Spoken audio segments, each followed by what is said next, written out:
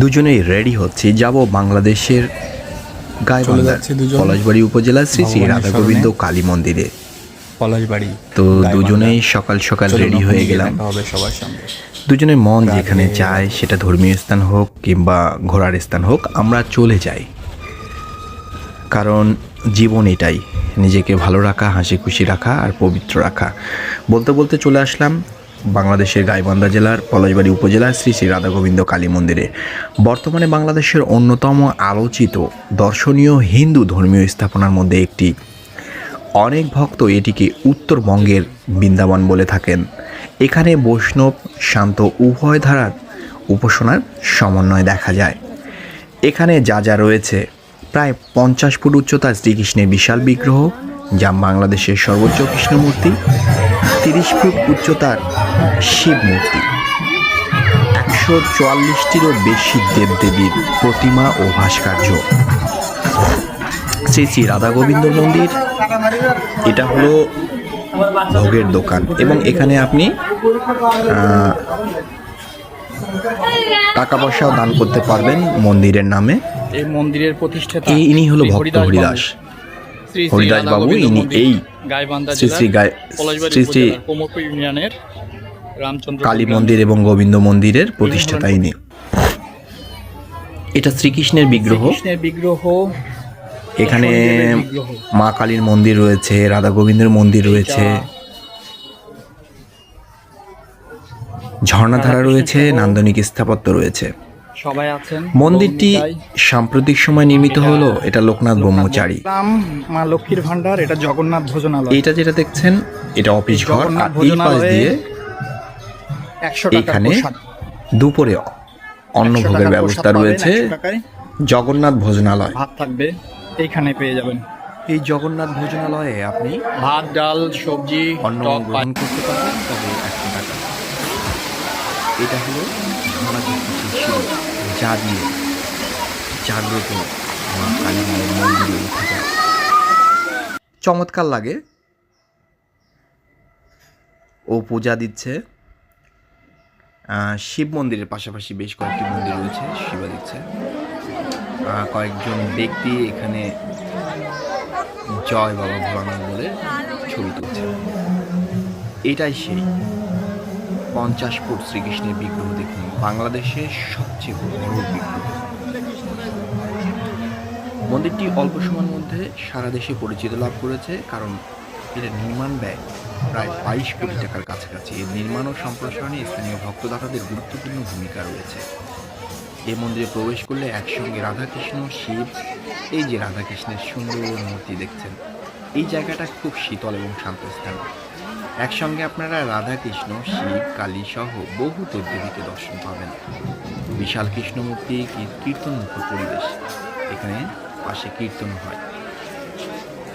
এতগুলো দেবদেবী থাকার কারণে এটাকে বলা হয় বাংলাদেশের বৃন্দাবন। এটা হলো পার্বতী আর শিব। এই জায়গাটা হলো মানত করার স্থান। এখানে একজন ব্যক্তি বসে থাকেন, যিনি সুতা দিয়ে মন্ত্র পাঠ করেন। এইটাও কালী মন্দির, এটা মানত করার স্থান। আর এই জায়গাটা সব সময় কীর্তন চলে। এখানে পালিত হয় জন্মাষ্টমী, পূর্ণিমা, রাজ উৎসব, কালী পূজা, শিবরাত্রি, সবকিছু এখানে হয়। এবং আমরা বলতে বলতে দুপুরে চলে আসলাম অন্য প্রসাদ নেওয়ার জন্য। এখানে 100 টাকায় কী পাওয়া যাচ্ছে দেখুন, ডাল, সবজি, ভাজি, সব কিছু পাওয়া যাচ্ছে। আর পাশে একটা আছে 30 টাকায়। এখানে শুধু টক পায়েস, শ্রীকৃষ্ণের যুগল মিলনের ছবি। আর এই জায়গাটা এমন একটা জায়গা, নিচে ঝর্ণাধারা আর উপরে বসার জায়গা। পাকড় গাছের এত সুন্দর পরিবেশ এবং এত সুন্দর বাতাস।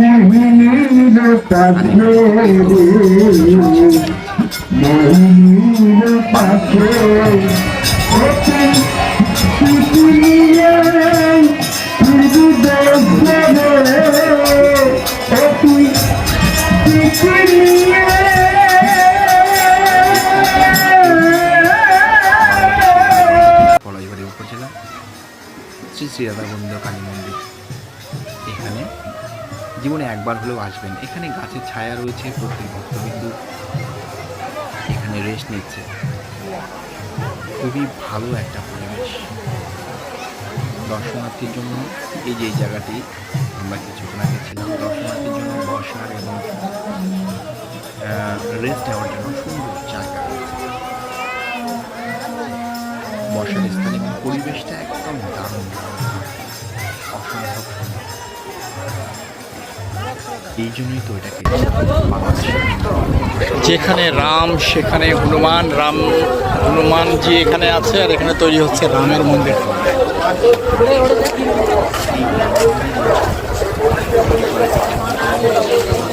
এই মন্দিরটি আরও বেশি পরিচিতি লাভ করে এবং এর কাজ বর্তমানে বন্ধ রয়েছে। এখানে রয়েছে নানা ধর্মীয় জিনিস, বিভিন্ন দেবদেবীর ফটো, অনেক ছোট ছোট মূর্তি, গণেশায় নম, ঢাক ঢোল থেকে করতাল থেকে শুরু করে বিভিন্ন ধর্মীয় বই, শাস্ত্রীয় বই থেকে শুরু করে সব কিছু পেয়ে যাবেন। বাহ, ছোট্ট ছোট ঠাকুরগুলো কি যে সুন্দর লাগছে দেখতে। এই জন্যই তো এটাকে বলা হয় বৃন্দাবনের মনের মধ্যে বৃন্দাবন ফিল হচ্ছে। সুন্দর সুন্দর সমস্ত দেবদেবীর মূর্তি রয়েছে এখানে, এবং এখানে কিন্তু কয়েকটা গাভীও রয়েছে যার দুগ্ধ দিয়ে তৈরি হয় মিষ্টান্ন এবং ভোগ। 25 সালের নভেম্বরেই কিন্তু বাংলাদেশের সর্বোচ্চ কৃষ্ণের বিগ্রহ এখানে উদ্বোধন করা হয়, প্রায় 53 ফুট কৃষ্ণ মূর্তি। এখানে নিয়মিত এই যে এই গাভীগুলোই কিন্তু এখানে রয়েছে, এবং এই গাভীগুলো দুগ্ধ দিয়ে তৈরি হয়